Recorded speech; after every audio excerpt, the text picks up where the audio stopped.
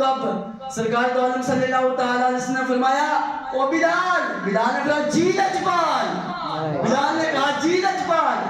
اب سرکار دو عالم صلی اللہ تعالیٰ علیہ وسلم نے فرمایا بلال حضرت صدیق اکبر کو بلایا جائے, عثمان غنی کو بلایا جائے, عمر فاروق کو بلایا جائے, شیر خدا کلام اللہ تعالیٰ وجہ الکریم کو بلایا جائے, یہ چند صحابہ کو بلایا جائے.